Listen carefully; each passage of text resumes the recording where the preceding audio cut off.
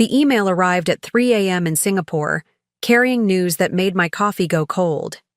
Your brother Marcus has claimed sole ownership of Grandma Rose's Victorian mansion.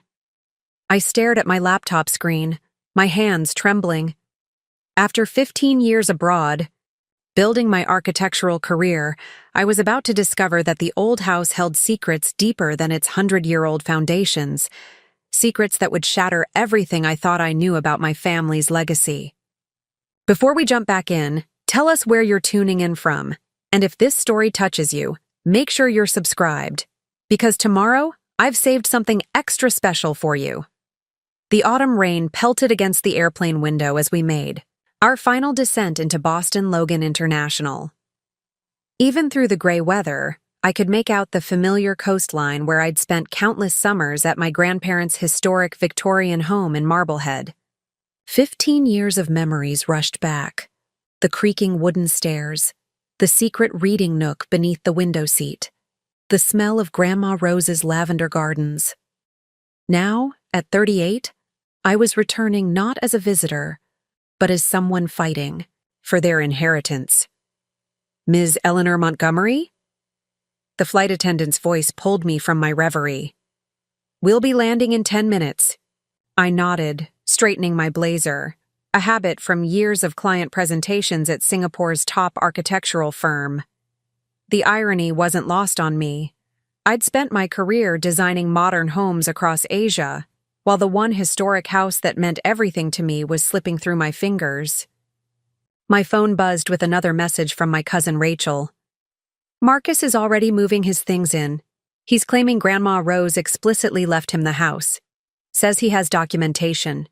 You need to get here fast. The familiar skyline emerged through the clouds as we landed. This wasn't how I'd imagined my homecoming. I'd always planned to return triumphantly, maybe start my own firm here, make my grandparents proud. Instead, I was racing against time to prevent my younger brother from claiming our family's heritage for himself. The taxi ride from the airport gave me time to reflect on the events that had led to this moment. Grandma Rose had passed away 3 months ago. I'd been in the middle of a crucial project in Singapore, a sustainable housing development that could have secured my partnership. The firm had denied my emergency leave request, citing contract obligations. By the time I'd arranged to transfer my responsibilities and book a flight, the funeral was over. Your grandmother would have understood, Marcus had assured me during our video call. She knew how important your career was to you. His words had comforted me then. Now they felt calculated, part of a larger plan I hadn't seen coming. The taxi turned onto Marble Street, and my heart clenched. There it stood, the Montgomery Manor, a 3-story Victorian masterpiece with its distinctive turret and wraparound porch. Grandpa William had spent decades restoring every detail, teaching us about architecture and craftsmanship along the way. He'd inspired my career choice, showing me how buildings could tell stories, hold histories, shape lives.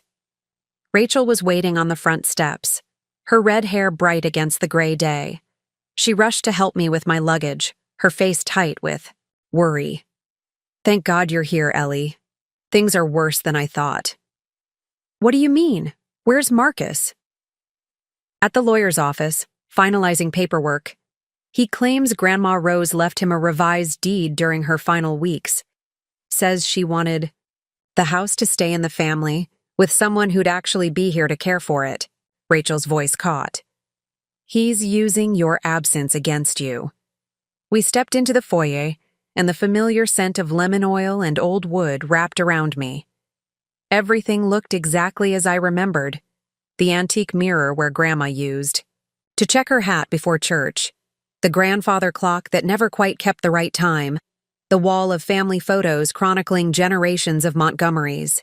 My eyes caught on a new addition to the photo wall, a recent picture of Marcus standing with Grandma Rose in her garden. They were both smiling, but something about their posture, the way the photo was prominently displayed, felt staged.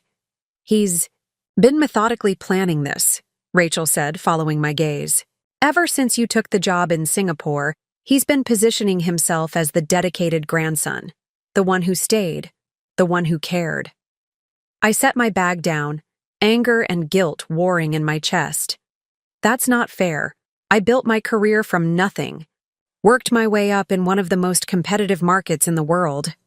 Grandma Rose always supported my dreams. I know that. Rachel touched my arm. But Marcus has spent years crafting a different narrative, and now he claims to have legal documents to back it up. I walked into the living room, my heels clicking against the hardwood floors. The afternoon light filtered through the stained glass windows, casting colored shadows across the oriental rug. Another piece of family history. Every corner of this house held memories, lessons, love. There's something else, Rachel said quietly. Something odd I noticed when helping. Grandma rose with her papers last year, but we should probably discuss it over tea. You look exhausted. As Rachel disappeared into the kitchen, I sank into Grandpa William's old leather armchair. The weight of jet lag and emotion pressed down on me. I'd traveled 7,000 miles to fight for my inheritance, but I was beginning to realize this. Battle wasn't just about property. It was about family, truth, and the stories we tell ourselves about who deserves to keep history alive. The grandfather clock chimed 4, its familiar off-key tone echoing through the house. Somewhere upstairs, a floorboard creaked, as if the old house itself was acknowledging my return. I closed my eyes, remembering Grandma Rose's last words to me during our final video call. Sometimes, darling, the greatest treasures are hidden in plain sight. I hadn't understood her meaning then, but as Rachel returned with a tea tray and a determined look in her eyes, I had a feeling I was about to find out. Rachel's hands trembled slightly as she poured the Earl Grey into Grandma Rose's antique Wedgwood teacups. The familiar scent of bergamot filled the air, momentarily transporting me back to countless afternoon teas spent listening to our grandmother's stories about the house's history.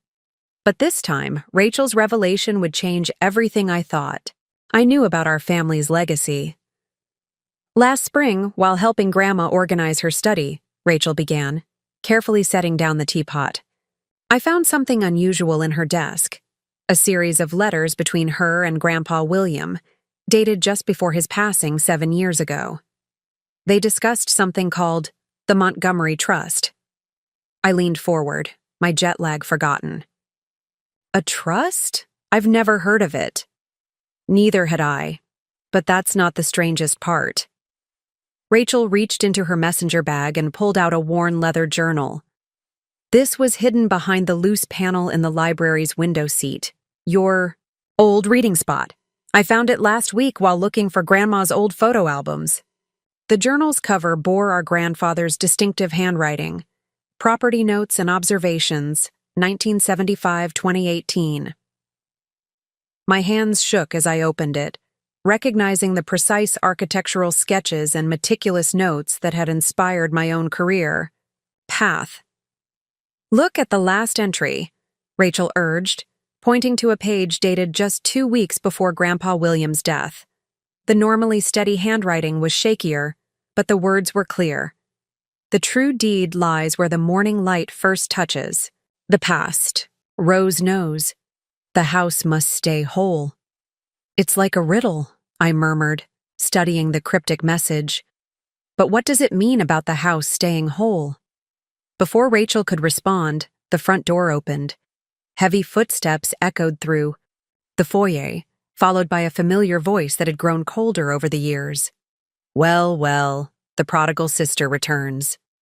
Marcus stood in the doorway, his 6-foot frame filling the space with an authority he'd never possessed in our younger years. At 35, he looked more like our father than ever, the same steel-gray eyes and commanding presence. His designer suit and carefully styled hair spoke of success, but there was something new in his bearing, a sense of ownership that made my skin crawl. Hello, Marcus, I said, rising to meet him on equal footing. I hear congratulations are in order. You've been busy while I was away. He smiled, but it didn't reach his eyes. Someone had to take responsibility for our family's heritage, Ellie. While you were off chasing your dreams in Asia, I was here, making sure Grandma Rose was cared for, ensuring the house didn't fall into disrepair. And now you're claiming it's all yours? I kept my voice level, though anger simmered beneath the surface. Based on some last-minute changes to the deed? Marcus walked to the antique sideboard, running his fingers along the polished mahogany as if marking his territory. Grandma made her wishes clear. She wanted the house to remain in capable hands, someone who understood its value, who would be present to preserve it. And you think that's you? I stepped closer, noting how he subtly shifted away from the window seat where Rachel had found the journal. The brother who used to complain about how outdated and impractical this place was? Who wanted to sell it and buy a modern condo downtown? People change, Ellie. His tone sharpened. 15 years is a long time. Long enough to appreciate what really matters. Long enough for Grandma to realize who truly deserved her legacy. Rachel cleared her throat, reminding us of her presence. Marcus, there might be more to consider here. Grandpa William left some documents. Grandpa's been gone for 7 years, Marcus cut her off. His wishes are irrelevant now. I have a legally binding deed, signed by Grandma Rose 3 months ago, witnessed by her lawyer. The house is mine. He turned to me, his expression softening slightly. You're welcome to stay for a few days. Of course, for old time's sake. But after that, I expect you'll need to head back to your life in Singapore. The grandfather clock chimed again, its off-key tone now seeming like a warning. I met Marcus's gaze steadily. Actually, I've taken an extended leave of absence. I think it's time I came home for a while. After all, this house holds so many secrets. Memories. Something flickered in Marcus's eyes. Concern? Fear? Before his mask of confidence returned. Suit yourself. But don't waste your time looking for loopholes, Ellie. Everything's been properly documented and filed. Now, if you'll excuse me, I have a meeting with the Historical Society about preservation grants. As his footsteps faded away, Rachel and I exchanged looks. He's nervous, she whispered. Did you see how he reacted when I mentioned Grandpa's documents? I nodded, picking up the journal again, and he specifically avoided looking at this window seat. Marcus was never good at hiding things. Remember how Grandma Rose always said he had a tell when he was bluffing at poker?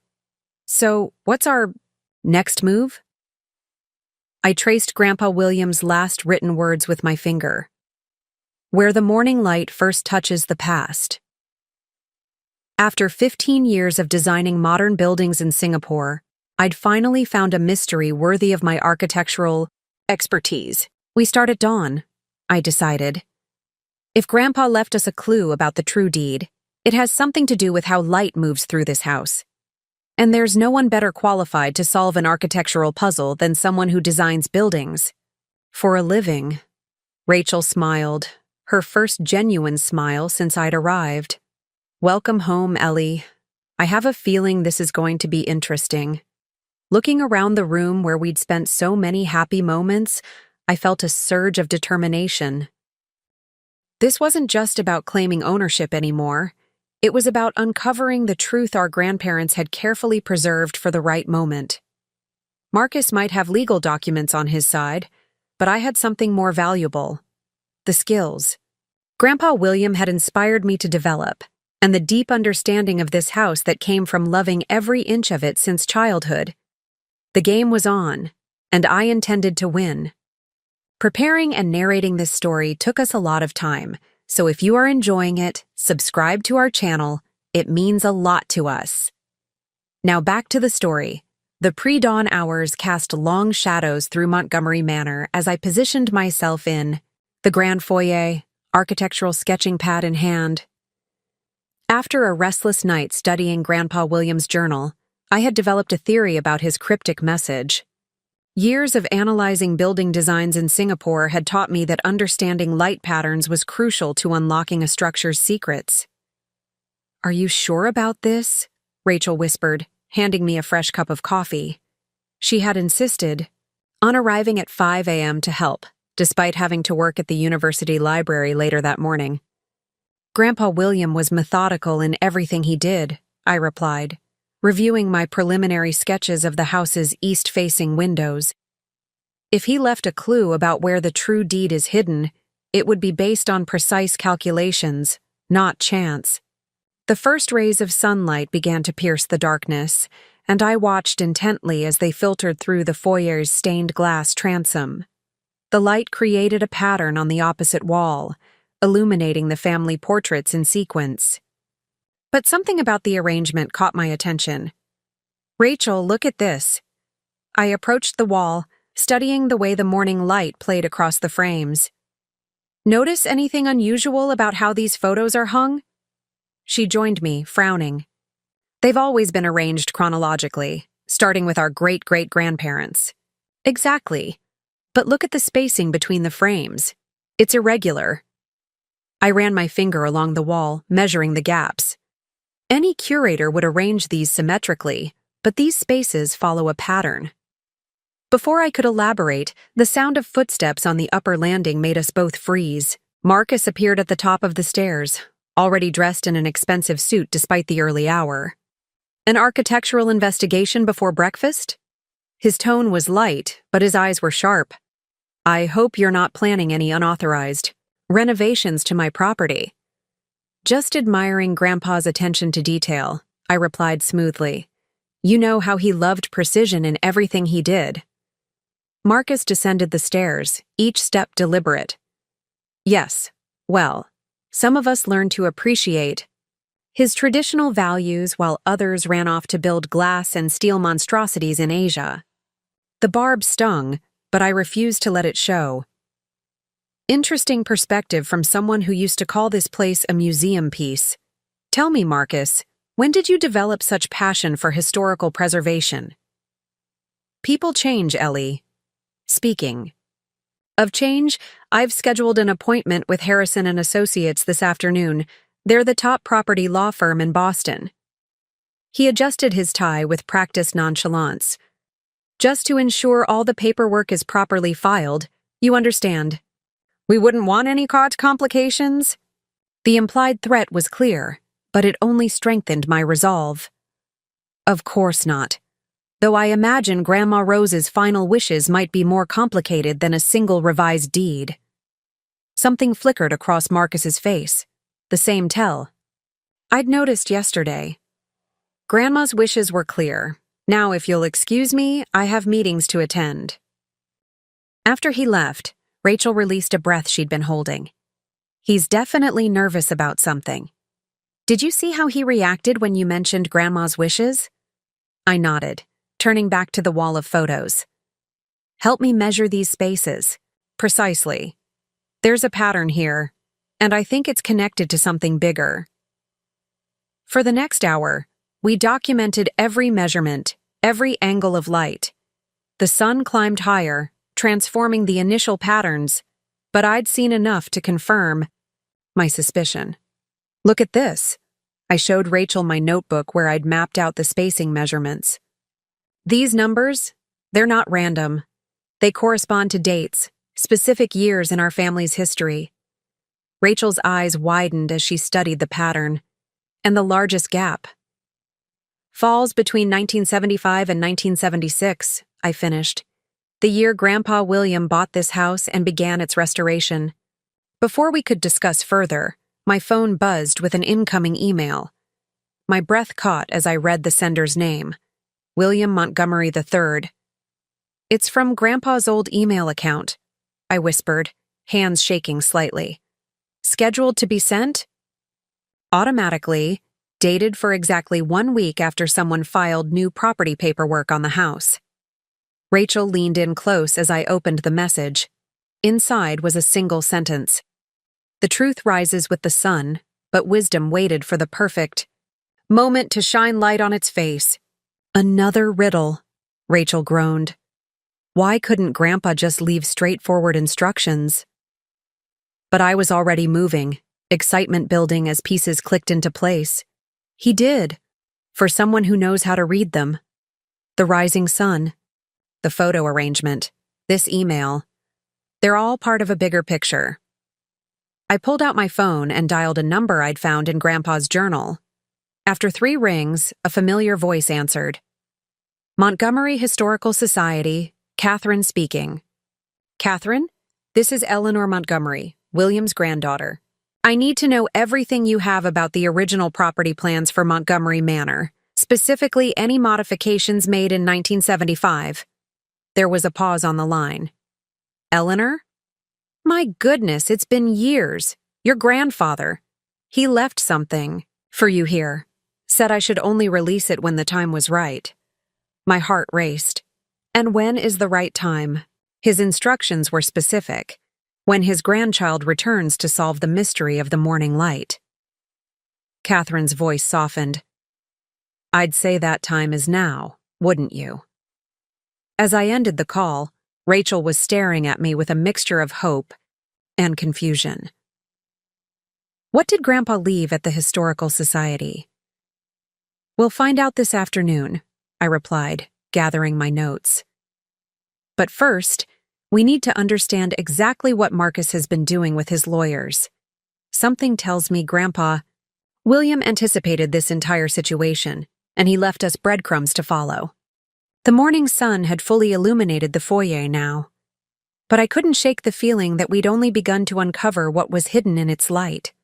Somewhere in this house, between the careful measurements and cryptic messages, lay the truth about our family's legacy, and I was determined to bring it into the light. The Marblehead Historical Society building stood as a testament to colonial architecture, its red brick facade and white trim pristine against the afternoon sky. As Rachel and I climbed the granite steps, I couldn't help but appreciate the historical preservation that had maintained its authentic character, the kind of dedication Grandpa William had always admired. Catherine Reynolds, the Society's head archivist, met us in the marble-floored lobby. At 75, she carried herself with the dignified air of someone who had spent decades protecting historical treasures. Her silver hair was pulled back, in a neat bun, and her eyes sparkled with intelligence behind wire-rimmed glasses. Eleanor Montgomery, she said warmly, extending her hand. You look just like your grandfather when he was deep in research, that same focused expression. She turned to Rachel. And Rachel, dear, how are your doctoral studies in American history progressing? Almost finished with my dissertation, Rachel replied. Though recent events have added some unexpected research opportunities. Catherine led us through the Society's main hall, past glass cases displaying artifacts from Marblehead's maritime history. Your grandfather was one of our most dedicated supporters, she explained as we walked. He understood that preserving history wasn't just about maintaining old buildings, it was about protecting the stories and truths they contained. We entered her office, a wood-paneled room lined with filing cabinets and architectural drawings. Catherine closed the door and moved to an old safe mounted in the wall. William left this with explicit instructions, she said, working the combination. It was to be opened only when his grandchild returned seeking answers about the morning light. The safe door swung open with a soft creak. Catherine removed a sealed envelope and a leather portfolio, both bearing Grandpa William's distinctive handwriting. He added one more condition, she added, holding the items just out of reach. I need to verify something first. Tell me, Eleanor, what did the morning light reveal? I thought carefully about our discovery. The family portraits, their spacing corresponds to significant dates in our family's history. The largest gap marks 1975, when Grandpa William bought Montgomery Manor. Catherine's face softened with approval. And what did you learn from your architectural training about the significance of morning light in historical buildings? Eastern light was considered sacred in colonial architecture, I replied, drawing on my professional knowledge. Many, Houses from that era were designed to capture the first light in specific ways, often to illuminate important features or create symbolic patterns. Just like your grandfather, Catherine smiled, finally handing over the items.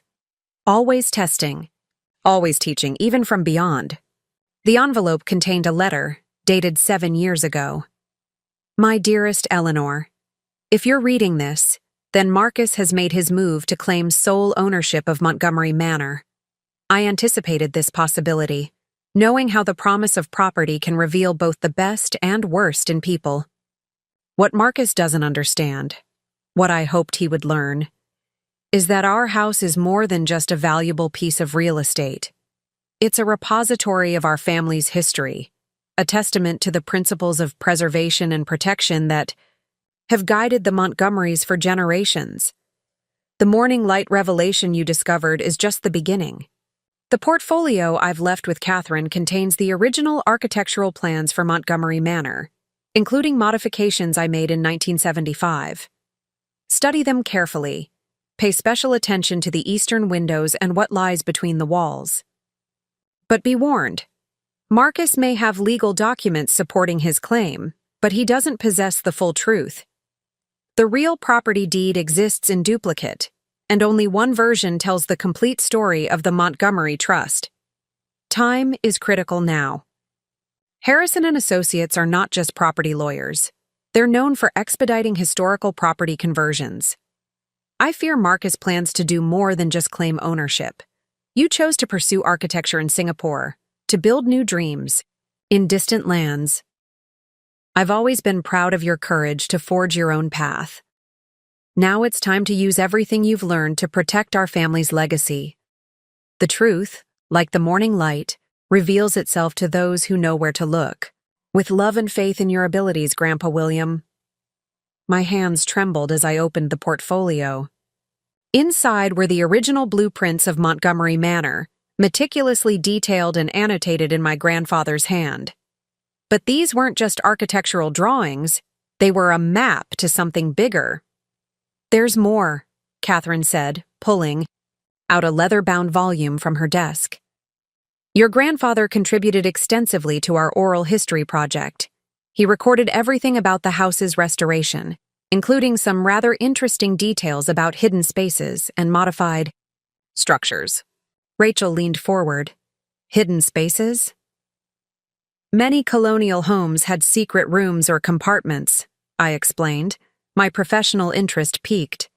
They were used during the Revolutionary War, the Underground Railroad.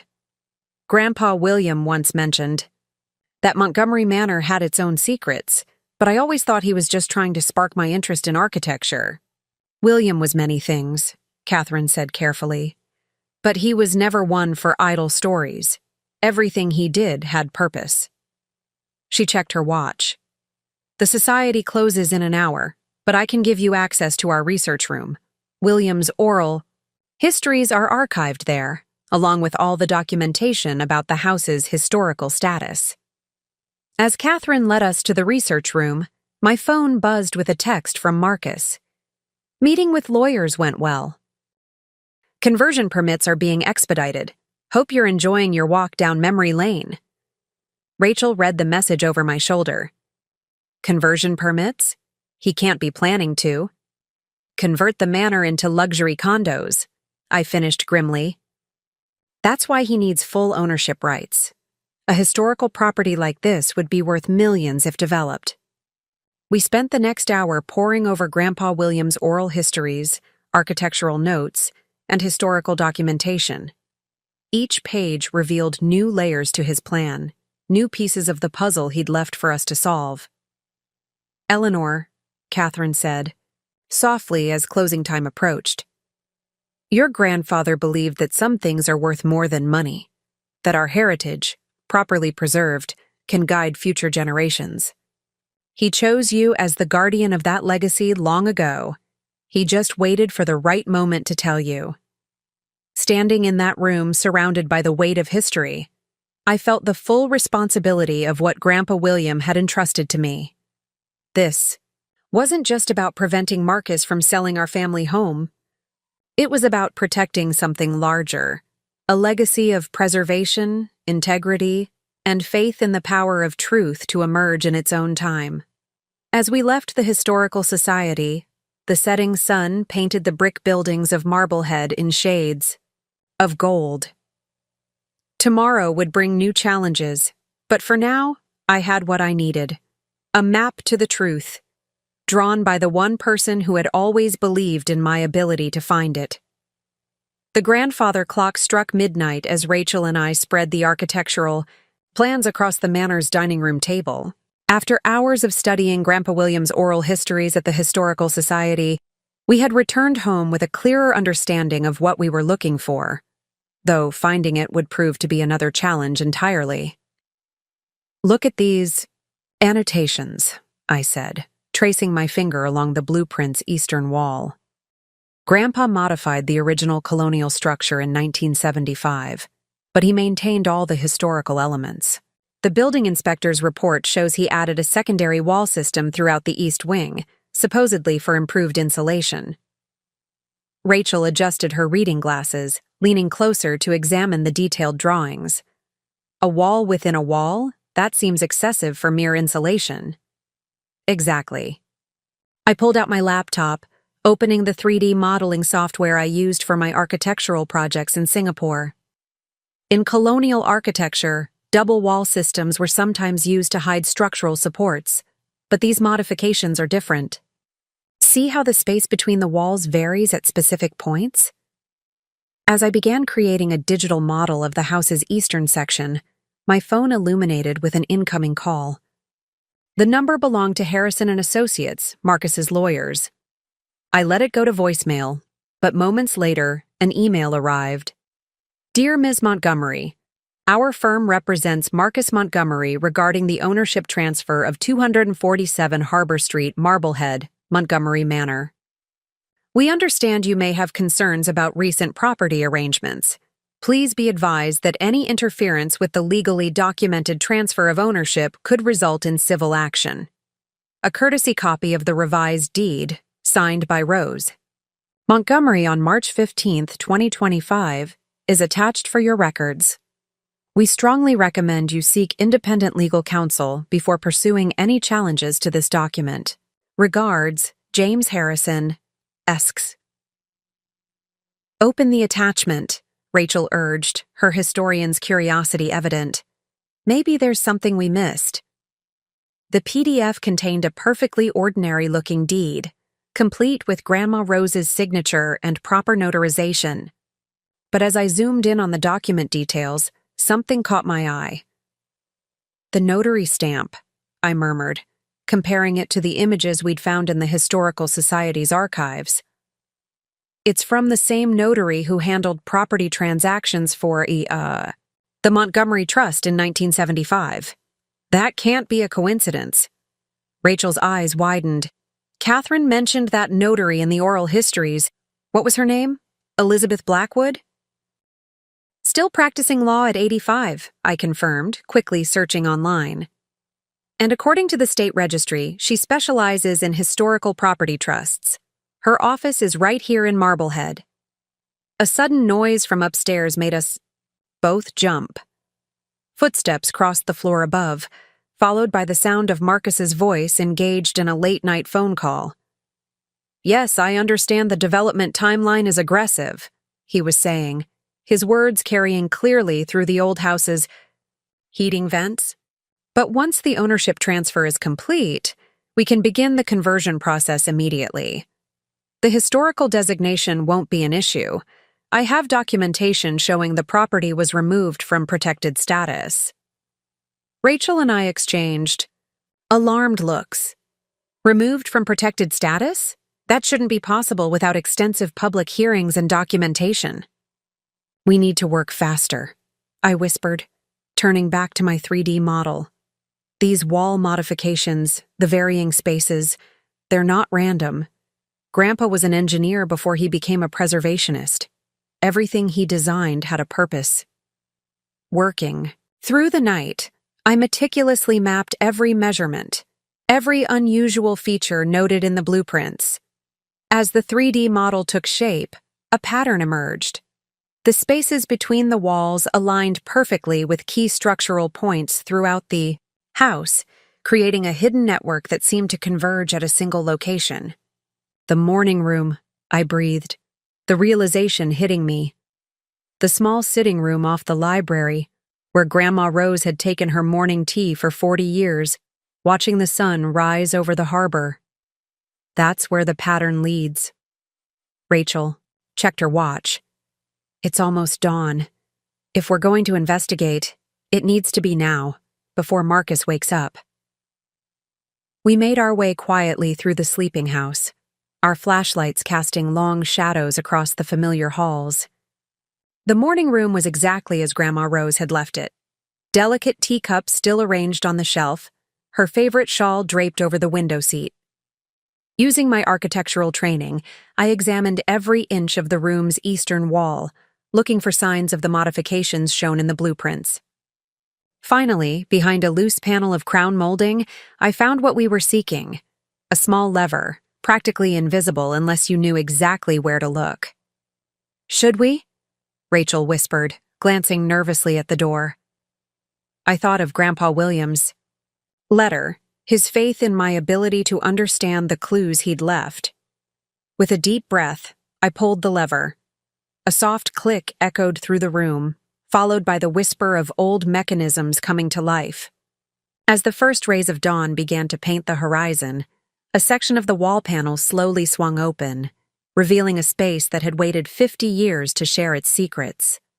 Inside, illuminated by the growing morning light, was a sight that made my architectural heart skip a beat: a complete set of original property documents, architectural drawings, and most importantly, a leather folder stamped with the words, "Montgomery Trust, Complete Deed and Covenants, 1975.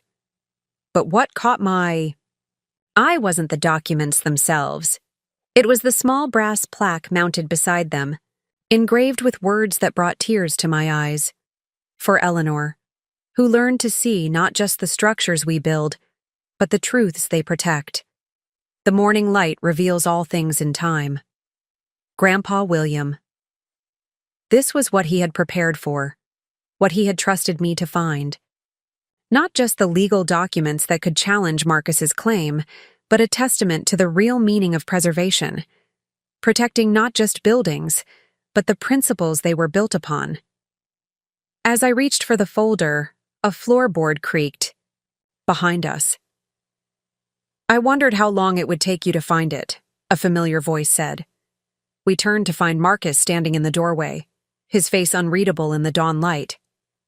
"Though I have to admit, I never expected you to solve it quite so quickly." Marcus stepped into the morning room, his silhouette framed by the rising sun. In the growing light, I noticed something unexpected in his expression. Not anger or frustration, but a complex mixture of resignation and relief. "Did you know about this?" I asked, gesturing to the hidden compartment and its contents. The leather folder felt heavy in my hands, weighted with decades of family history. "Not exactly," Marcus replied, moving to stand by Grandma Rose's favorite chair.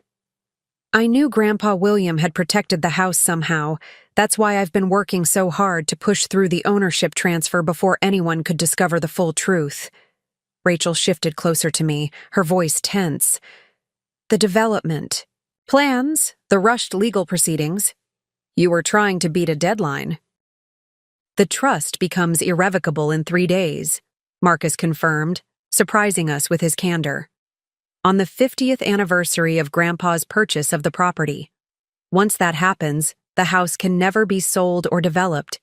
It has to remain a single-family residence, preserved in its historical state." I opened the leather folder, scanning the trust documents within. The legal language was complex, but the intent was clear. "Grandpa William didn't just buy a house in 1975, I said slowly. He created a living testament to preservation. The Montgomery Trust was designed to protect not just the building, but everything it represents." "And that's exactly the problem," Marcus responded, an edge entering his voice. Do you have any idea what this property is worth? The development potential alone. We could all be set for life. Instead, Grandpa's idealistic vision locks away millions in potential value. I thought of my years in Singapore, designing gleaming towers that transformed skylines. Some things are worth more than their development potential, Marcus. You used to understand that. Did I? He laughed without humor. Or was I just the one left behind to deal with the practical realities while you pursued your dreams? Do you know how many offers I've had to turn away? How many developers have tried to convince me to sell? So this was never about preserving Grandma Rose's wishes, Rachel interjected. The revised deed, the lawyers' meetings, it was all about beating the trust's deadline. Marcus ran his hand along the antique wallpaper, a gesture so reminiscent of our grandfather that it made my heart ache. I thought if I could transfer ownership before the 50-year mark, there might be a way around the trust's restrictions. The developers were willing to pay a premium for quick closure. And what about the family legacy? I asked, moving to stand beside him. The history Grandpa William protected? The memories this house holds?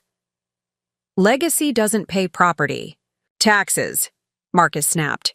It doesn't fund maintenance on a historic structure, or cover the costs of historical compliance. While you were building modern marvels in Asia, I was here watching our family's finances drain away maintaining this museum. Peace. But there was something in his voice, a hesitation that hadn't been there before. I glanced at the trust documents again, noting a detail I'd missed earlier.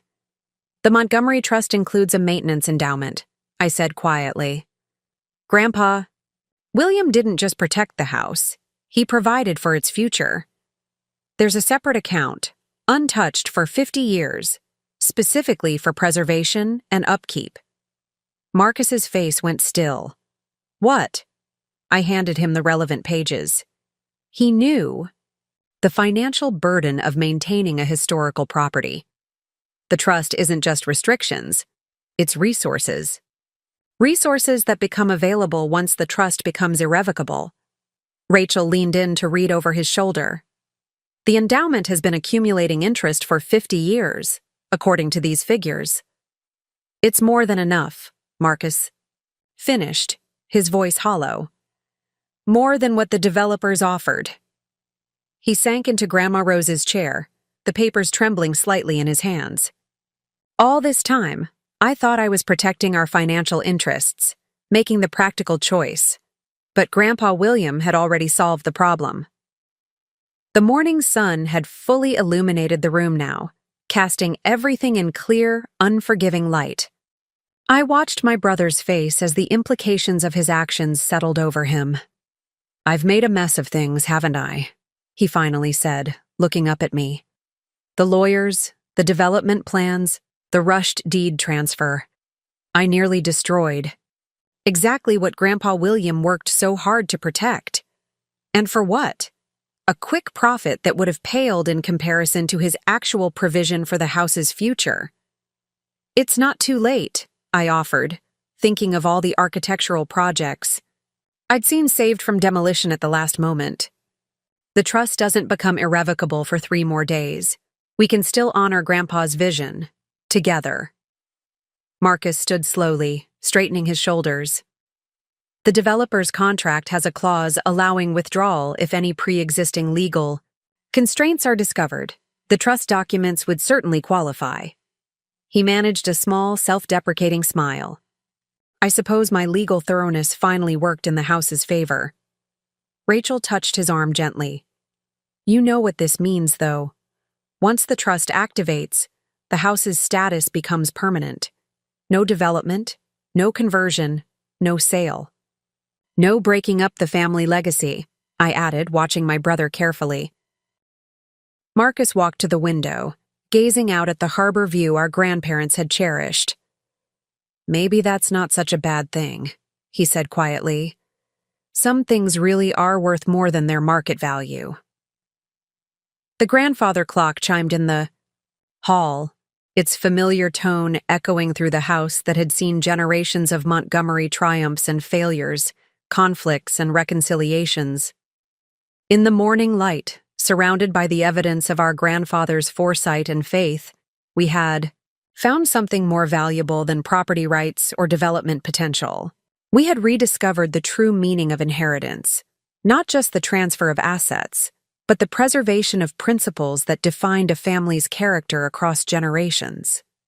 The afternoon sun streamed through the library windows as Marcus, Rachel, and I gathered around the massive oak table that had hosted countless family discussions.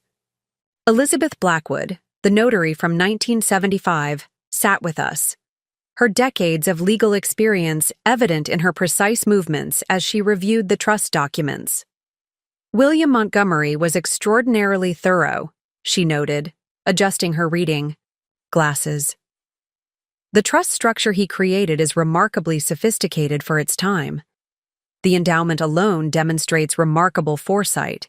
He anticipated inflation, maintenance costs, even potential changes in preservation requirements. I studied the financial projections my architectural software had generated based on the trust's provisions. The endowment should cover maintenance and preservation costs for at least another 50 years, assuming standard appreciation rates. But there's a condition attached to accessing those funds, Marcus added, pointing to a specific clause. The house must be actively utilized as a family residence, not just maintained as a museum piece. Someone has to actually live here and engage with the property's historical significance. Elizabeth nodded approvingly. That was always William's vision. He believed historical preservation wasn't just about maintaining buildings. It was about keeping their stories alive through active use and appreciation. Rachel, who had been examining the original property surveys, looked up suddenly. There's something else here. The trust doesn't just cover the main house, it includes provisions for the carriage house at the back of the property. I moved to examine the documents she indicated. The carriage house had been boarded up for years, used mainly for storage, but according to the trust specifications, it had potential that Grandpa William had clearly recognized. He included architectural plans for converting the carriage house into a historical research center, I said, spreading out the blueprints. Look at these designs: reading rooms, archive space, even accommodation for a resident scholar. He envisioned the entire property as a living center for historical preservation. Marcus whistled softly. That would require significant renovation. Work. The carriage house hasn't been properly maintained in decades. Actually, I replied, my professional training kicking in as I examined the plans. The basic structure is still sound. I did a preliminary assessment yesterday. The main improvements would involve updating systems and restoring original features. With proper architectural oversight, we could maintain historical authenticity while creating a functional modern space. Elizabeth smiled. That brings us to another aspect of William's plan. The trust includes a specific role for an architectural preservation specialist, someone with both the technical expertise and the family connection to oversee the property's ongoing maintenance and development. All eyes turned to me. I felt the weight of their expectations, but also a surge of excitement. This was an opportunity to combine my professional skills with our family's legacy in a way I'd never imagined. The timing is perfect, Rachel observed. Your firm in Singapore was planning to open a Boston office anyway. This could be your chance to establish an East Coast presence while overseeing the trust's implementation. Marcus leaned forward, his business acumen evident. The Historical Research Center could generate revenue through grants and educational programs. Combined with the endowment, it could make the property not just self-sustaining, but actively beneficial to the community. That's exactly what your grandfather intended, Elizabeth confirmed. He saw the Montgomery property as a bridge between past and future, tradition and innovation. But he knew it would take the right combination of skills and commitment to realize that vision. I stood and walked to the window, looking out at the carriage house beyond the formal gardens. Years of working on modern developments in Asia had taught me the importance of respecting historical context while embracing necessary evolution. This project would require all of that knowledge and more. There's something else we should consider, I said, turning back to the group. The Historical Research Center could partner with Rachel's university. Her expertise in American history would be invaluable in developing educational programs. Rachel's eyes lit up. I could potentially base my postdoctoral research here. The university has been looking for partnerships with historical properties for their public history initiative. And I could help with the business administration, Marcus offered, a hint of his old confidence returning. My experience dealing with contractors and regulatory bodies could be useful in managing the renovation process. Elizabeth began gathering the documents, her movements deliberate. You have 3 days until the trust becomes irrevocable. That's enough time to file the necessary paperwork and begin preliminary planning. But first, you'll need to make a formal decision about accepting the responsibilities outlined in the trust. I looked at my siblings, seeing in their faces the same mix of determination and hope that I felt. The path ahead would require significant work, careful planning, and ongoing cooperation, exactly the kind of challenge our grandfather had prepared us for. I accept the role of architectural preservation specialist, I stated firmly, with the understanding that this will be a family endeavor, drawing on all our strengths. Marcus nodded. I'll contact the developers first thing tomorrow to withdraw from the contract. Then we can begin proper planning for the carriage house renovation. And I'll reach out to my department chair about potential collaboration opportunities, Rachel added. The university's resources could be instrumental in establishing the research center. Elizabeth closed her briefcase with a satisfied click. William would be proud to see this, not just the preservation of the property, but the preservation of his most important investment, his family's unity and purpose. As we walked Elizabeth to her car, the late afternoon light cast long shadows across the property. The carriage house stood silhouetted against the darkening sky, its weathered facade holding both history and possibility. Tomorrow would bring the beginning of an enormous undertaking. But for now, we had found something invaluable. A shared vision for the future that honored our past. The next morning found me in the carriage house at dawn, tablet in hand, conducting a detailed architectural assessment. Years of professional experience in Singapore had taught me the importance of thorough preliminary evaluations, especially when dealing with historical structures. The building's bones were sound, just as I'd initially thought, but the challenges ahead became clearer with each room I examined. The old wooden beams overhead bore silent witness to decades of history, their hand-hewn surfaces telling stories of craftsmanship long past. My tablet's laser measuring tool captured precise dimensions as I moved through the space, creating a three-dimensional model that would serve as the foundation for our renovation plans. I brought coffee, Marcus called from the doorway, carefully, navigating around a pile of old trunks. And something else you should see. He handed me a steaming cup and a thick manila envelope. Inside was a letter from Harrison and Associates, confirming their withdrawal from the development contract. No pushback from the developers? I asked, scanning the formal legal language. Marcus managed a rueful smile. Surprisingly, no. Apparently, the existence of a 50-year trust with specific preservation requirements makes the property significantly less attractive for luxury condo conversion. Who would have thought? The irony wasn't lost on either of us. The very legal structure that had frustrated Marcus's development plans was now protecting us from potential complications. As we stood in the dusty morning light, I could see my brother taking in the space with new eyes, not calculating its market value, but considering its potential. The university board approved my proposal, Rachel announced, joining us with her own coffee and a stack of papers. They're interested in establishing a partnership for the research center. The Dean of American Studies is particularly excited about the potential for hands-on historical preservation programs. I pulled up the 3D model I'd been developing on my tablet. Take a look at this. I've been mapping out how we could divide the space to accommodate both research facilities and public areas while maintaining historical integrity. The holographic display projected a detailed rendering of the carriage house's interior, showing proposed modifications highlighted in different colors. Rachel and Marcus leaned in, watching as I rotated the model to show different angles. The main floor could house the research facilities, I explained, zooming in on specific sections. We can preserve the original post and beam construction while incorporating modern amenities. The hayloft area above would make an excellent archive space with proper climate control. What about these side rooms? Marcus asked, pointing to several smaller spaces along the eastern wall.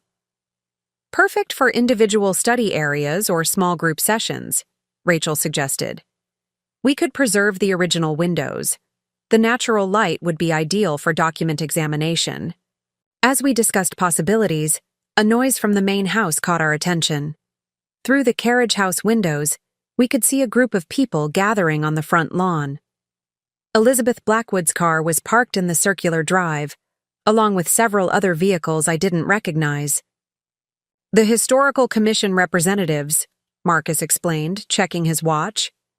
They're here to review our preservation proposals and formally record the trust's activation. We made our way back to the main house, where Elizabeth was already holding court in the library. She had assembled an impressive group, representatives from the Marblehead Historical Society, members of the State Preservation Board, and several architectural historians.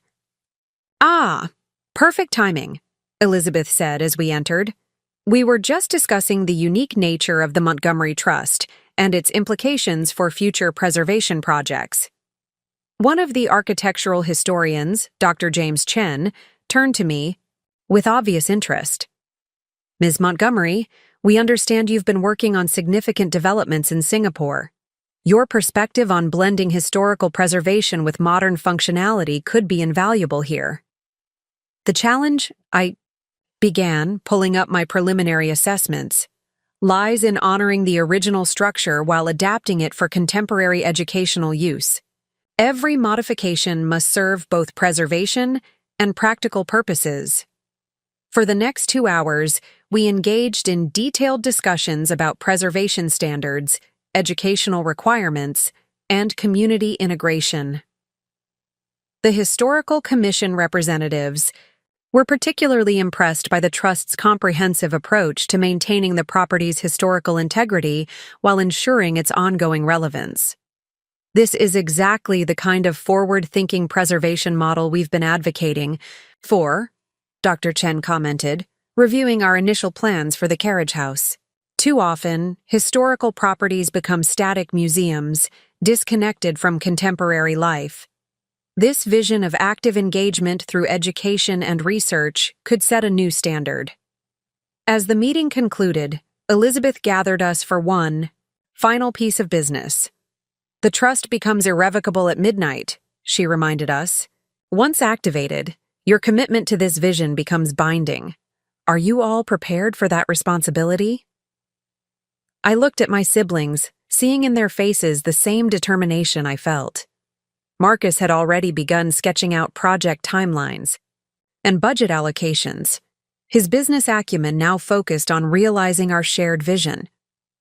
Rachel was deep in discussion with the university representatives, her academic expertise helping shape the research center's future direction. We're ready, I answered for all of us. Not just to preserve the property, but to bring Grandpa William's vision to life in ways he might never have imagined. As our visitors departed, the three of us stood in the library, surrounded by the weight of history and the promise of future possibilities. Through the windows, the carriage house stood waiting, its weathered facade holding both challenges and opportunities. You know, Marcus said thoughtfully, when I was pushing for development, I thought I was being practical, choosing progress over preservation. But what we're planning here, this combination of historical integrity and contemporary purpose, this is real progress. Rachel nodded, adding, And we each have a crucial role to play. Our different paths have given us exactly the skills we need to make this work. Looking at the property through my architect's eyes, I could already envision the transformations ahead, not just of buildings, but of purpose and possibility. Grandpa William had left us more than a house.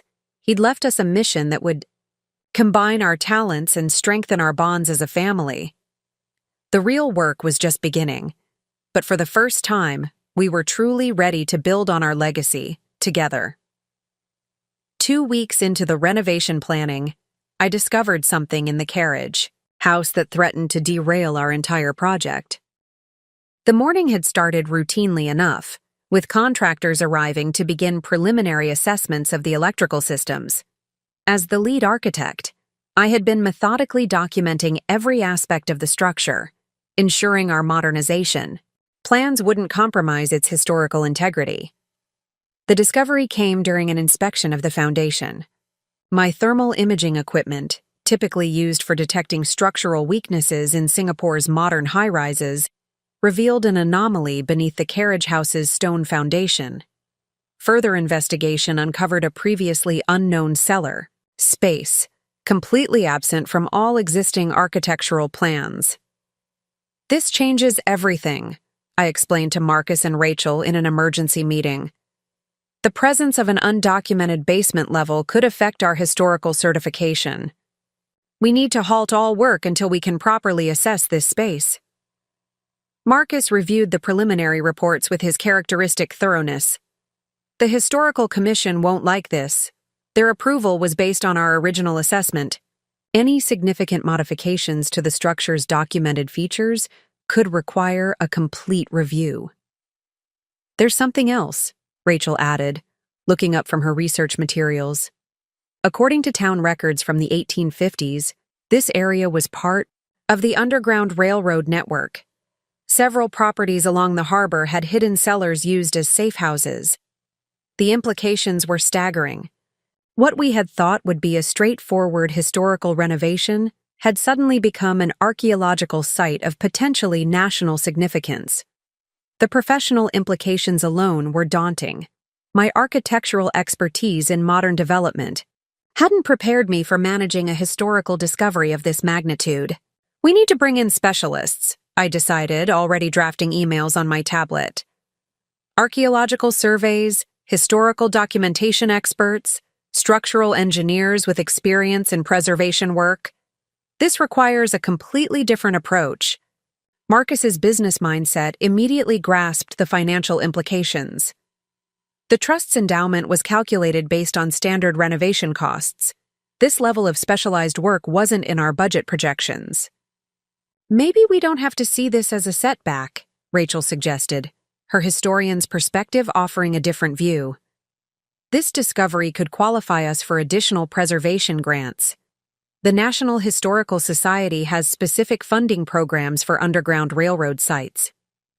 As we discussed options, Elizabeth Blackwood arrived for our scheduled project review. Her expression remained neutral as we explained the situation, but I noticed her glancing repeatedly at an old photograph on the library wall, one showing Grandpa William during the carriage house's initial restoration in 1975. "William Montgomery was many things," she finally said, "but careless was never one of them. If there's an undocumented cellar beneath the carriage house, he knew about it." She opened her briefcase and removed a sealed envelope we hadn't seen before. "He left this with instructions to deliver it if you encountered any structural surprises during the renovation." The letter inside was characteristic of our grandfather, detailed, precise, and remarkably prescient. "To my grandchildren, if you're reading this, you've discovered the carriage house's hidden cellar. Its existence was purposefully omitted from official documentation to protect its historical significance until the right time. The trust includes a separate provision, accessible only upon this discovery, specifically for preserving and documenting this aspect of our property's history. The cellar's preservation requires special consideration. Behind the false panel in my study, you'll find complete documentation of the space, including detailed architectural surveys I conducted in 1975. These materials should help navigate the additional requirements while maintaining historical authenticity. More importantly, this discovery represents an opportunity to contribute to our understanding of a crucial period in American history. The Montgomery property isn't just a family legacy.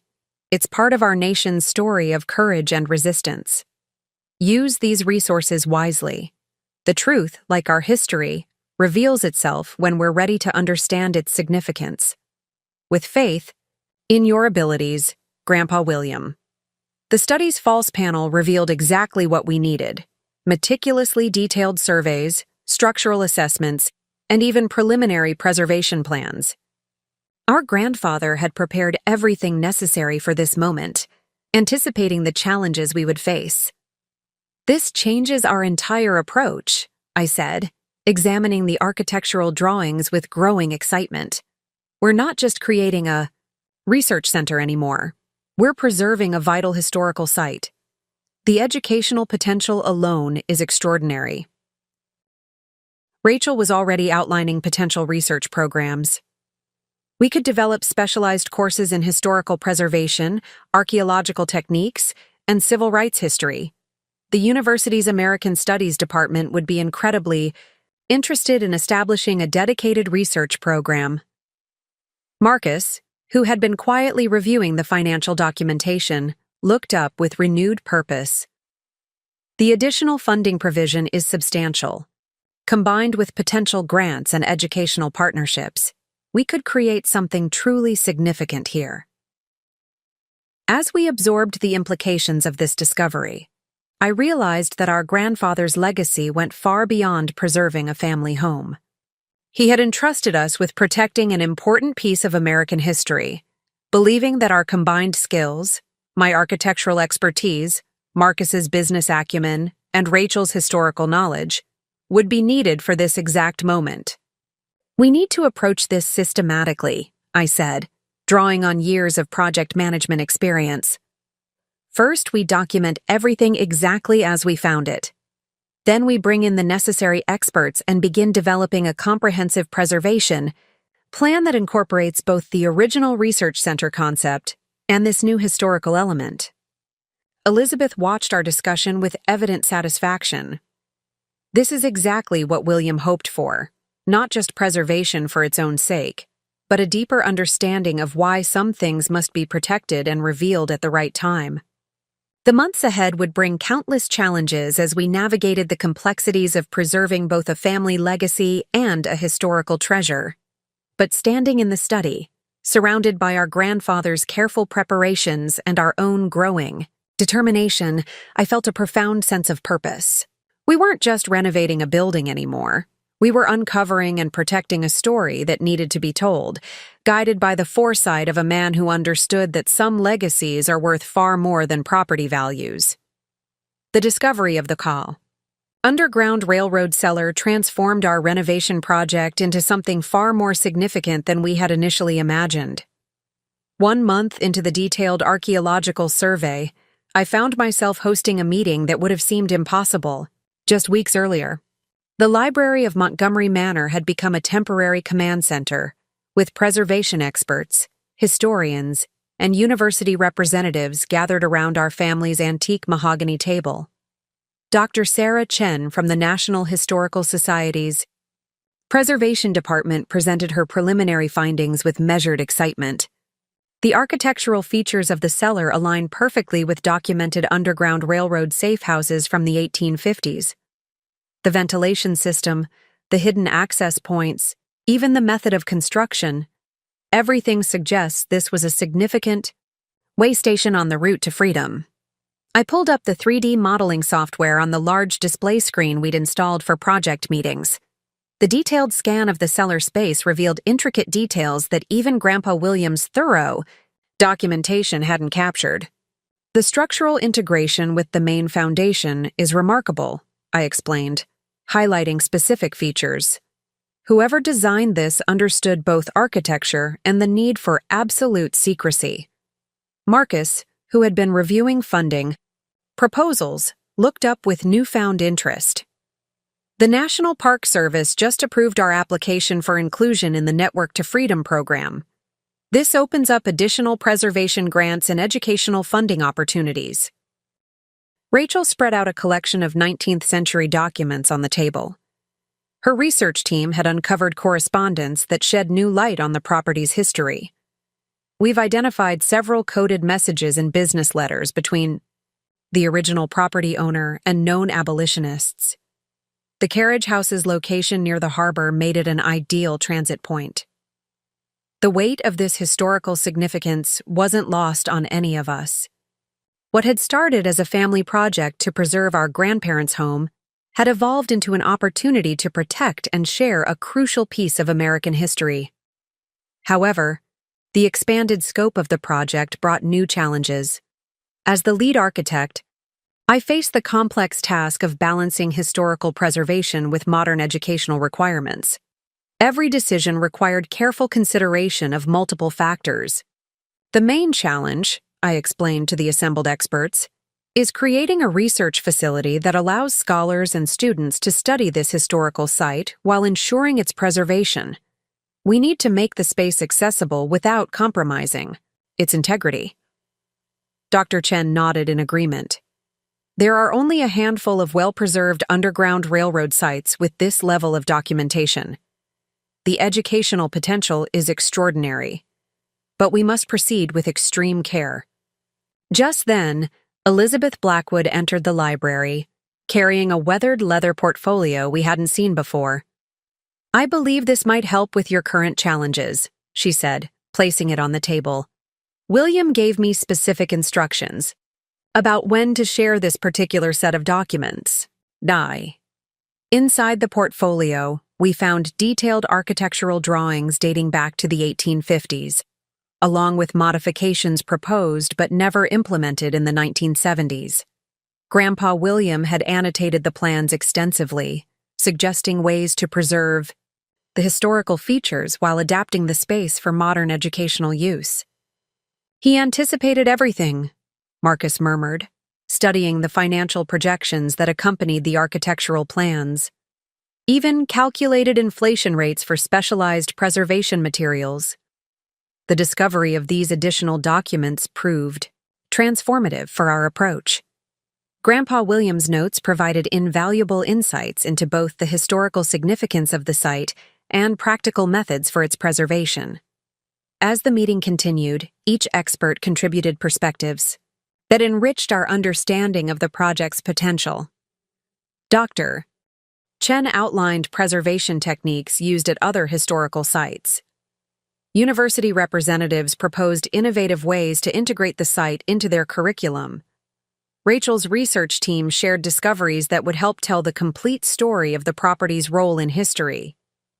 However, one particular challenge remained unresolved. The original ventilation system, crucial to the cellar's historical function, had deteriorated over time. Modern preservation requirements demanded climate control, but traditional methods would compromise the authentic features. Drawing on my experience with sustainable design in Singapore, I proposed a solution. What if we integrate passive ventilation principles with modern climate control? I suggested, quickly sketching a concept. We could preserve the original airflow patterns while meeting conservation standards. The preservation experts leaned forward with interest as I explained the technical details. By combining historical construction methods with contemporary environmental control systems, we could maintain the cellar's authenticity while ensuring its long-term preservation. As the meeting concluded, Elizabeth pulled me aside. "Your grandfather would be proud," she said quietly. "Not just of the preservation work, but of how you've all come together to protect something larger than yourselves." Looking around the library at the assembled experts, each contributing their knowledge to this important project, I understood what she meant. Our family legacy had become a gateway to preserving and sharing a crucial chapter of American history. That evening, after everyone had left, I found Marcus and Rachel in the carriage house, discussing future programming possibilities. The setting, Sun cast long shadows through the old windows, reminiscent of how the space might have looked to those seeking freedom so many years ago. You know, Marcus reflected, when I was focused on development value, I completely missed the real worth of this property. Some things can't be measured in market terms. Rachel nodded, adding, and some legacies are meant to be shared, not just preserved. What we're creating here will help future generations understand both the darkness and the courage in our history. Standing in that historic space, surrounded by both the weight of the past and the promise of the future, I felt a profound sense of purpose. Our grandfather had trusted us with more than just a property. He had entrusted us with the responsibility of ensuring that important stories would continue to be told. The path ahead would require all our skills, dedication, and resourcefulness. But together, we were building something that transcended personal or professional achievement. We were becoming part of a continuing story of preservation, education, and understanding. The Boston Globe article appeared 6 weeks after our discovery of the Underground Railroad cellar. The headline read, "Historic Marblehead Property Reveals Secret Civil War-Era Legacy." Within hours, our quiet renovation project became the focus of intense public interest. News vans lined Harbor Street, and my inbox filled with interview requests from historical societies and preservation organizations across the country. I stood in Grandpa William's study, watching through the window as another television crew set up their equipment on our front lawn. The morning's peace had been replaced by a bustling atmosphere that threatened to overshadow our careful planning and methodical approach. The university's public relations department is fielding calls from major networks, Rachel reported, entering with a stack of messages. They want to do feature stories on the historical significance of the site. The National Park Service is particularly interested in our preservation methods. Marcus arrived moments later, his usual confident demeanor showing signs of strain. The Historical Commission is concerned about the increased attention. They're worried about site security and preservation protocols, and we've received inquiries from several documentary filmmakers. The situation demanded immediate action. Drawing on my experience managing high-profile architectural projects in Singapore, I called an emergency meeting with our core team. Within an hour, the library had transformed into a crisis management center. We need to approach this systematically, I began, addressing the assembled group of preservation experts, university representatives, and family members. Public interest in historical discoveries can be both an opportunity and a challenge. The key is maintaining control of the narrative while protecting the site. Dr. Chen from the National Historical Society nodded in agreement. Similar discoveries have faced comparable challenges. The critical period is these first few weeks when public curiosity is at its peak. Elizabeth Blackwood, who had been quietly observing, spoke up. "There's something else you should see." She withdrew another envelope from her seemingly endless supply of Grandpa William's preparations. He anticipated this situation as well. The letter inside revealed yet another layer of our grandfather's foresight. "My dear grandchildren, the discovery of the Underground Railroad connection will inevitably draw public attention. This moment presents both an opportunity and a responsibility. The story of this property is not just ours to protect, it belongs to the larger narrative of American history. I've prepared detailed guidelines for managing public interest while preserving the site's integrity. You'll find them in the blue folder marked Public Relations Protocol in my study's filing cabinet. These guidelines were developed in consultation with preservation experts and media specialists during my own career in historical conservation.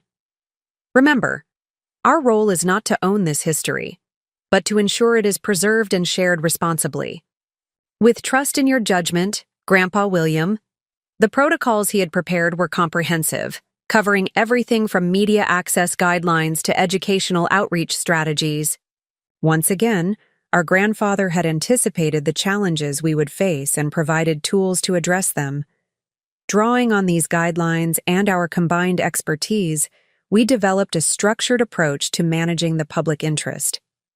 Marcus's business experience proved invaluable in creating a communication strategy that would satisfy media interest while protecting the site's integrity.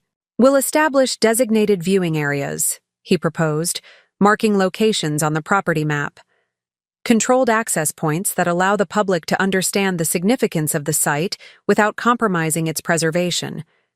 Rachel contributed her academic perspective. "We can develop educational materials that provide context for the discovery. The university's Digital Archives department can help create virtual tours and interactive historical resources." As lead architect, I focused on ensuring that the increased attention didn't interfere with our preservation work. "We'll need to adjust our renovation timeline to accommodate public interest while maintaining our conservation standards." We spent the next several hours refining our approach. The plan that emerged combined public education with site preservation in a way that honored both our family legacy and the broader historical significance of the discovery. The following week, we held our first organized press conference in the manor's formal garden. Standing before the assembled media, I felt the weight of responsibility our grandfather had prepared us to carry. "The Montgomery property represents more than just architectural history," I began, conscious of choosing words that would set the tone for future coverage. "It stands as a testament to those who risked everything in the pursuit of freedom, and to those who chose to protect and assist them."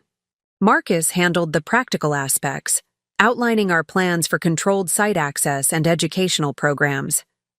Rachel presented the historical context, helping reporters understand the broader significance of the discovery. Together, we demonstrated a united approach that emphasized responsible stewardship over sensation. The response exceeded our expectations. Historical preservation societies offered support and resources. Educational institutions proposed partnerships. Even the initial media coverage showed remarkable restraint, focusing on the historical significance rather than spectacle.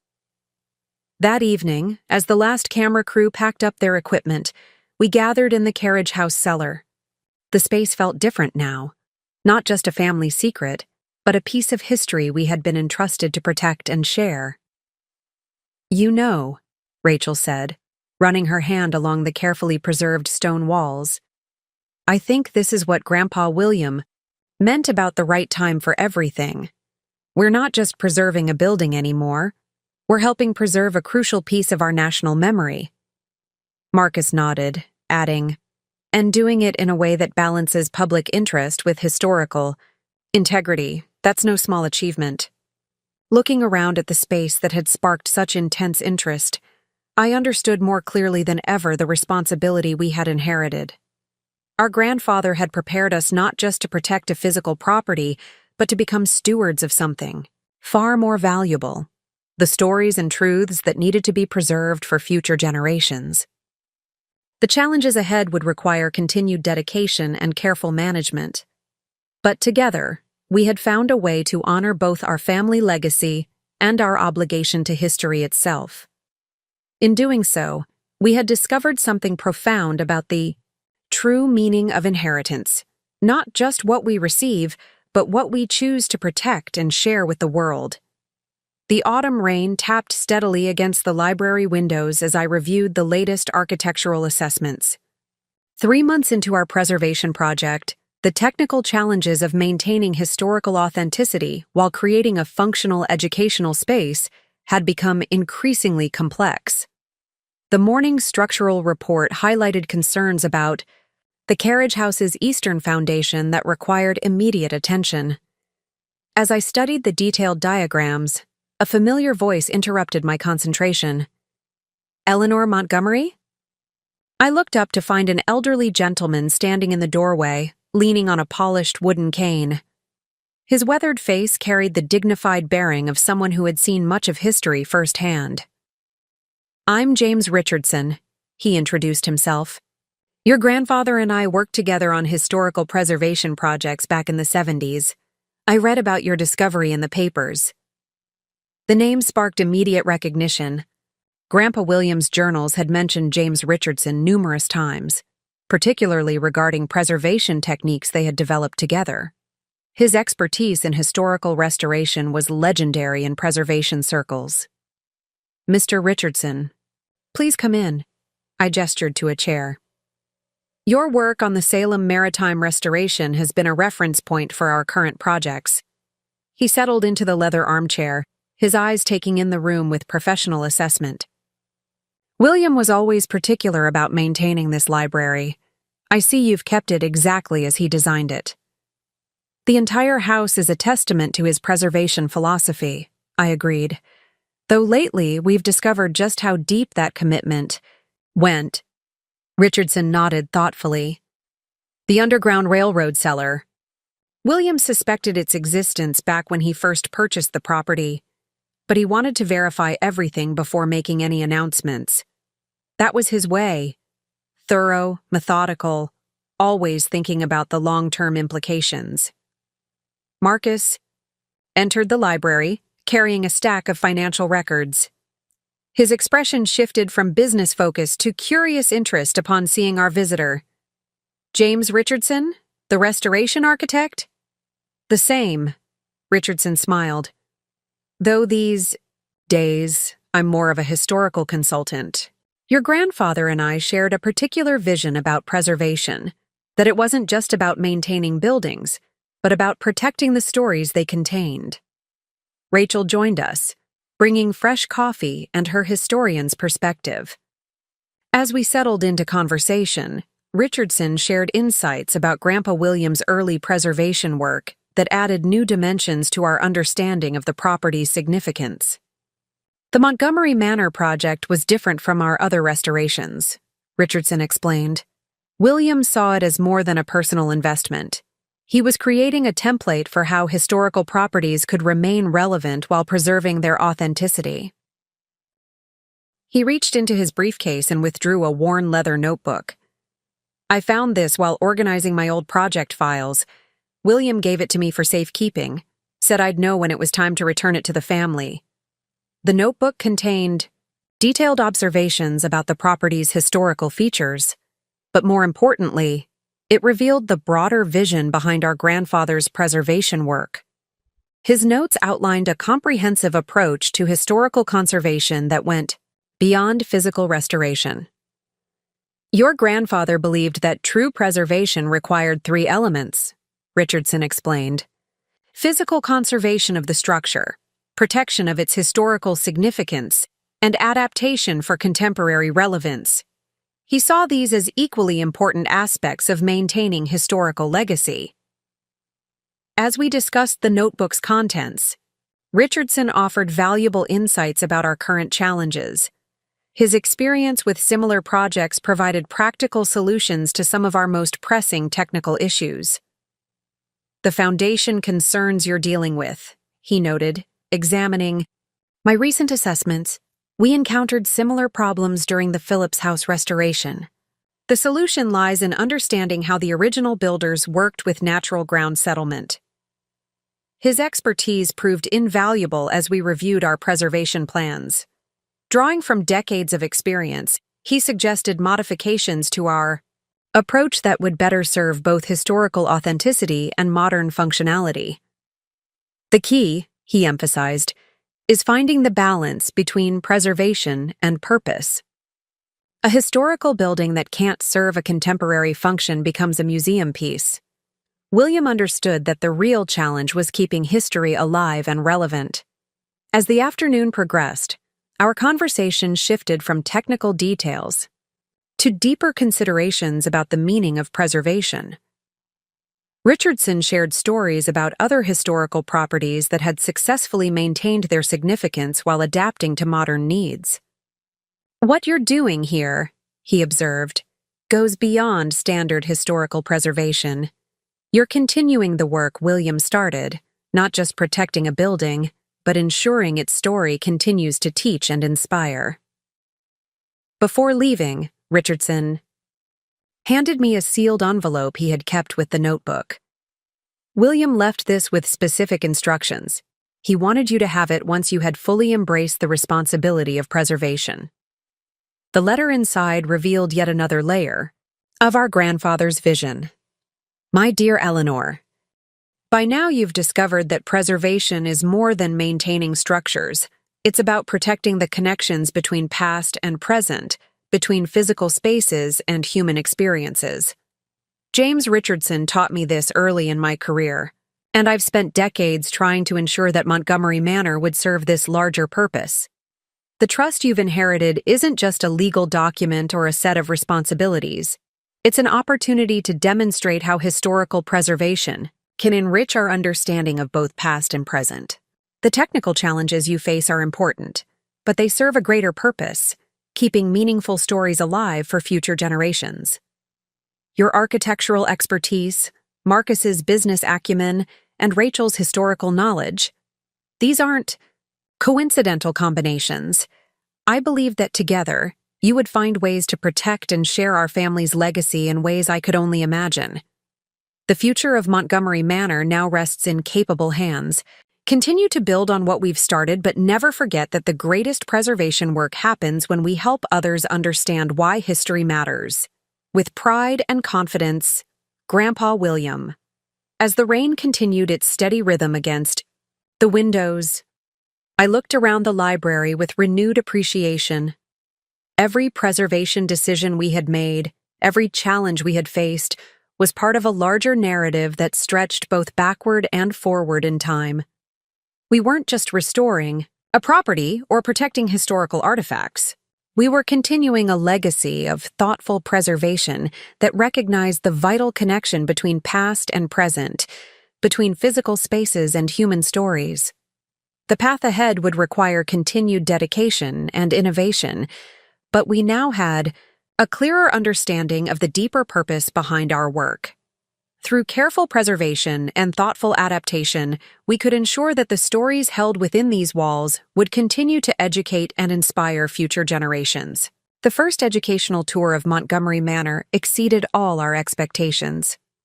20 graduate students from the university's Historic Preservation program stood in the carriage house cellar, their faces illuminated by carefully designed preservation, lighting that balanced visibility with historical authenticity. As the lead architect, I had worried about maintaining the space's emotional impact while making it accessible for educational purposes. Professor Sarah Mitchell, head of the preservation program, addressed her students with evident enthusiasm. What you're seeing here represents a groundbreaking approach to historical preservation. The Montgomery team has managed to create an educational space that maintains complete historical integrity while incorporating modern preservation technology. The students moved through the space, taking detailed notes on their tablets. Our innovative approach to climate control, which preserved the original ventilation pathways while meeting modern conservation standards, had drawn particular interest from preservation specialists across the country. Marcus, who had initially viewed the property purely in terms of development potential, now spoke with genuine passion about the economic aspects of historical preservation. The key to sustainable historical conservation, he explained to the students, is creating a model that generates sufficient resources for ongoing maintenance while remaining true to the site's educational mission. Rachel's historical research had uncovered connections between the property and several prominent abolitionists, adding crucial context to the site's significance. The documentary evidence suggests that at least 47 individuals passed through this space on their journey to freedom, she shared, indicating the carefully preserved markings on the cellar walls.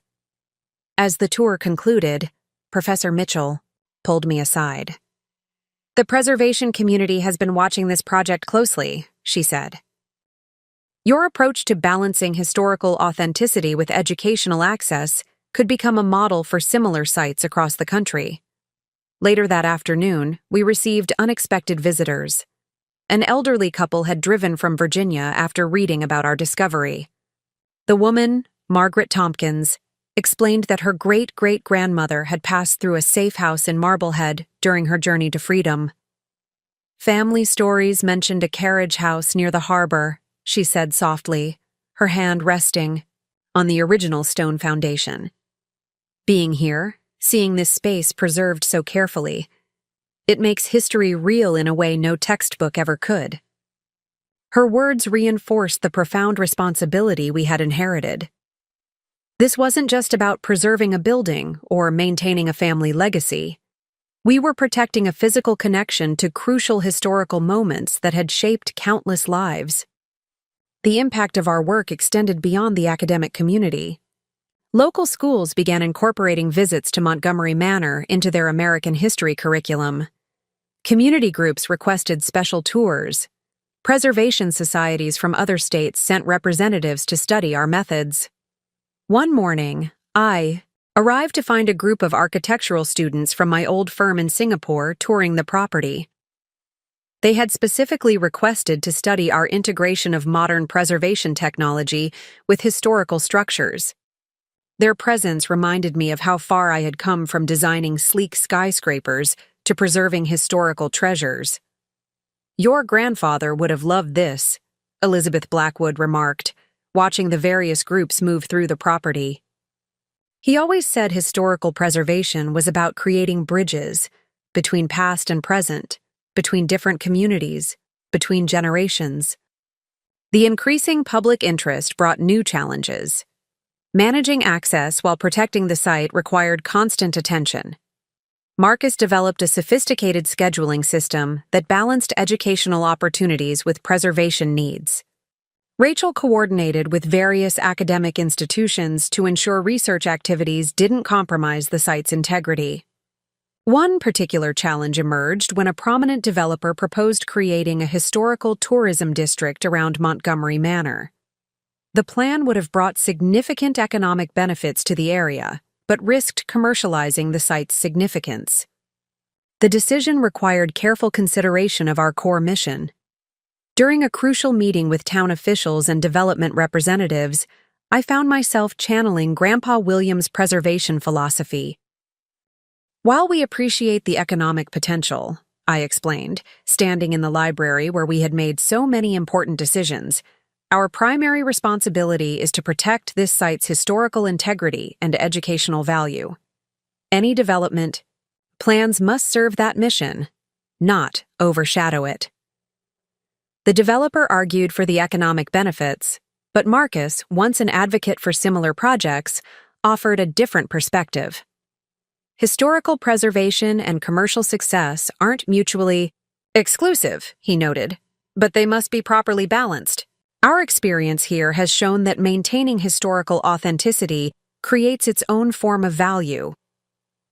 Rachel presented research demonstrating how other historical sites had been compromised by excessive commercialization. Our united stance, supported by the preservation community and educational partners, ultimately convinced the town council to maintain stricter zoning protections around historical properties. That evening, as we reviewed plans for expanding our educational programs, I found another note from Grandpa William, tucked inside an old preservation manual. "The true measure of preservation work isn't just in the physical structures we protect, but in the connections we help people make with their own history.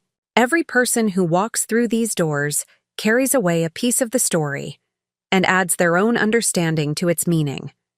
Remember that we are not just custodians of buildings, but caretakers of memories, protectors of stories that must continue to be told. The work you're doing creates ripples that extend far beyond these walls, touching lives in ways we may never fully know. Keep building those bridges between past and present, between different communities, between generations. That's the real legacy we're preserving." His words captured perfectly what our preservation work had become. Not just a family project or a professional challenge, but a means of connecting people with important aspects of their shared history. Through careful preservation and thoughtful presentation, we were helping others understand why these stories mattered, why they needed to be protected and shared. The growing impact of our work confirmed that we had chosen the right path, honoring both our family legacy and our broader responsibility to historical preservation.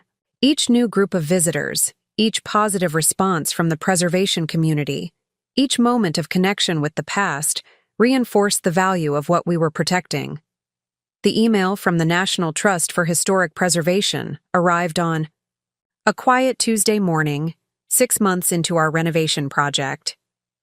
I had been reviewing the latest preservation reports in Grandpa William's study when the notification appeared on my tablet. The message's contents would significantly alter the scope of our work at Montgomery Manor. Dear Ms. Montgomery, it began. We are pleased to inform you that Montgomery Manor has been selected as this year's recipient of the National Preservation Excellence Award for Innovation in Historical Conservation.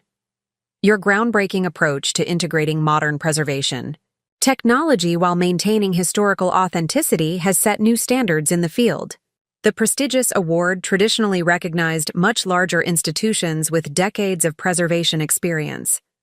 For our family project to receive such recognition validated everything we had worked to achieve. However, the award carried additional responsibilities that would test our commitment to Grandpa William's vision. Marcus found me still staring at the email. The Preservation Board just called, he announced. They want to feature our conservation methods in their national guidelines for historical property maintenance. Rachel arrived moments later, equally excited. The university's Board of Trustees approved our proposal. They want to establish a permanent research fellowship program focused on preservation technologies, using Montgomery Manor as the primary study site. As we absorbed these developments, Elizabeth Blackwood appeared in the doorway, carrying what had become a familiar sight, another of Grandpa William's carefully preserved envelopes. He left this with instructions to deliver it when the property received national recognition. The letter inside reflected our grandfather's remarkable foresight.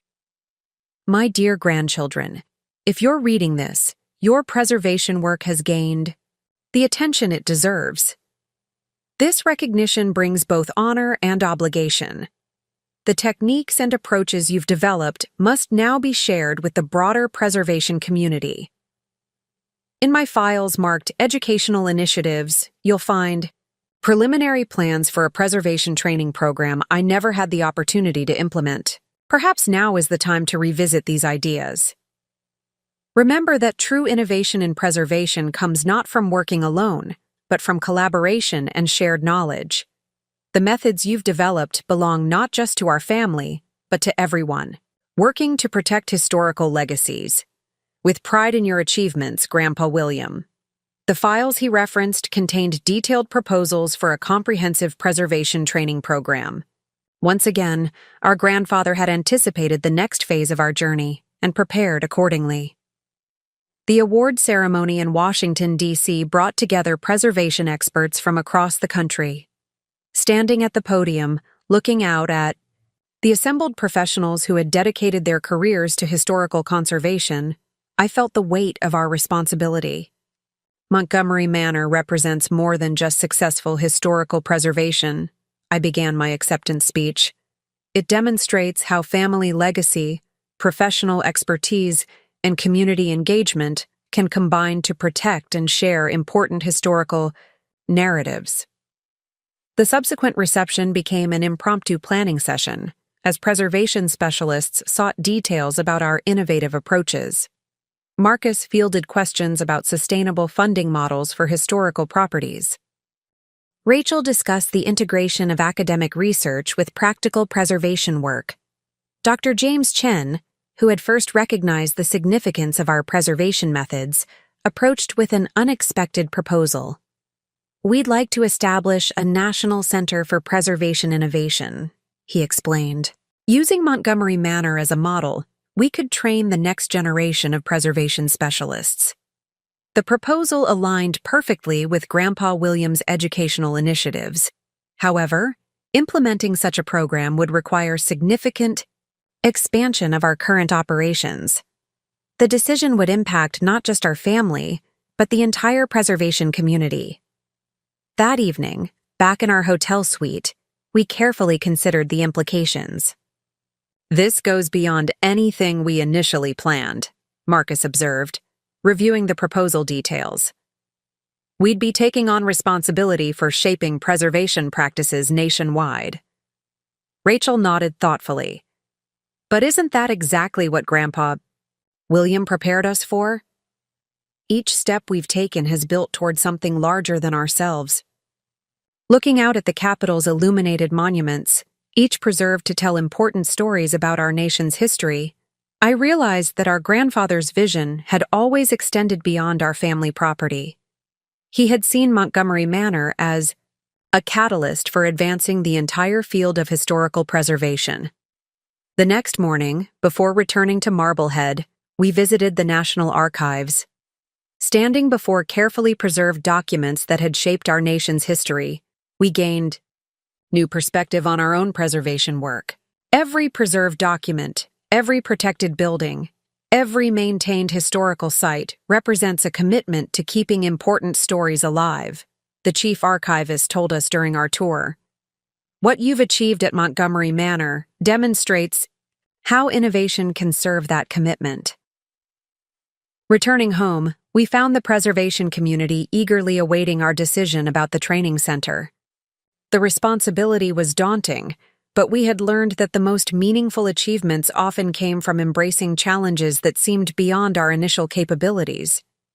In Grandpa William's study, surrounded by the books and papers that had guided his own preservation work, we made our decision. Montgomery Manor would become not just a preserved historical site, but a center for advancing preservation practices that could benefit historical properties across the country. The work ahead would require everything we had learned and more. But we had discovered that preservation, like family legacy, grew stronger when shared with others who understood its value. Our grandfather had prepared us not just to protect one property, but to contribute to the broader mission of historical preservation. In accepting this expanded role, we honored not only our family legacy, but also the fundamental principle that had guided all our work. Some stories are too important to be lost to time, and their preservation requires both innovation and dedication. 1 year to the day after discovering the hidden cellar, I stood in Montgomery Manor's restored carriage house, watching as the first class of preservation specialists received their certification.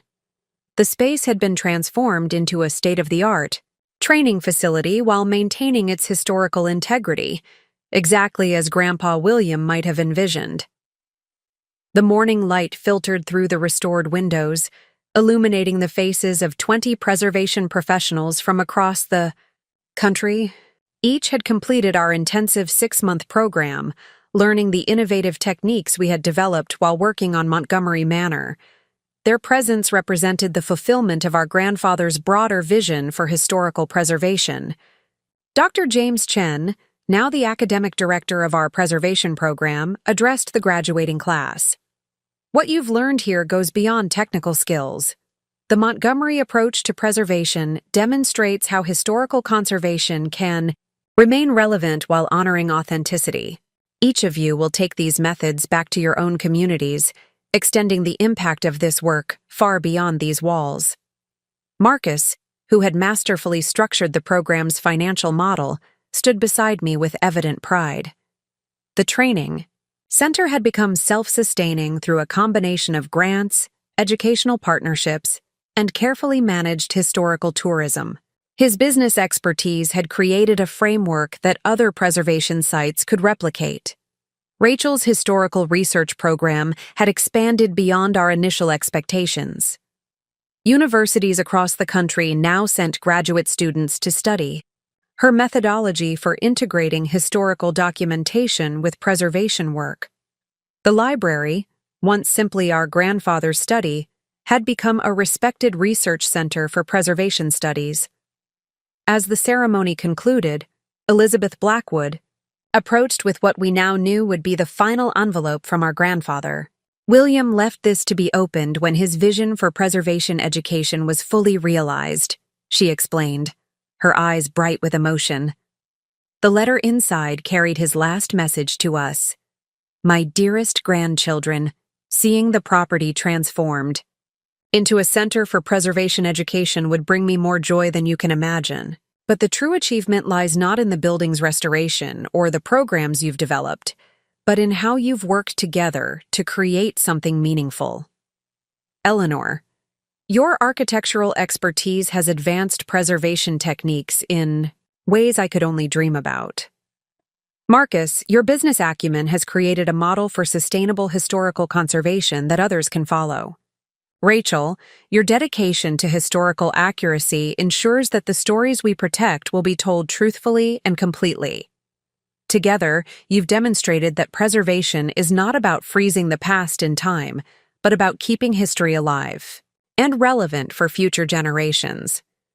The skills you've developed, the methods you've pioneered, and the knowledge you've shared will influence historical conservation long after we're gone. Remember that every preserved building, every protected artifact, every documented story represents a thread in the fabric of our shared history. By teaching others to protect these treasures, you multiply the impact of our work exponentially. The property deed that caused such concern at the beginning was never about ownership. It was about stewardship.